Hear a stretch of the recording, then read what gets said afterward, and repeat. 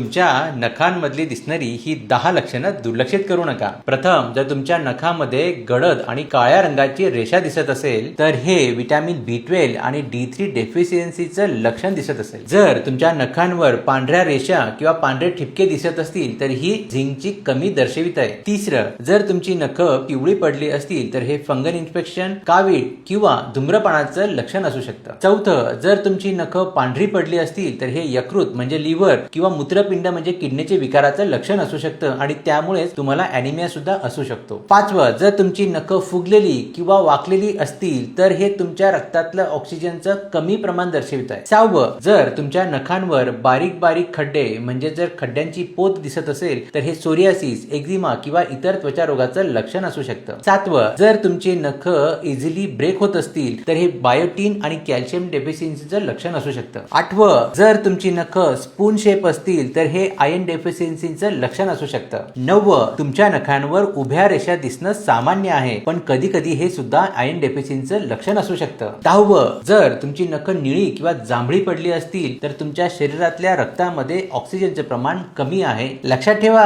नखं ही तुमची आरोग्य दर्शवित असतात म्हणून ही इन्फॉर्मेशन सेव्ह करून ठेवा। अजून अशा छान छान हेल्पफुल टिप्ससाठी तुम्ही संजीवनी होमिओपॅथीला फॉलो करा।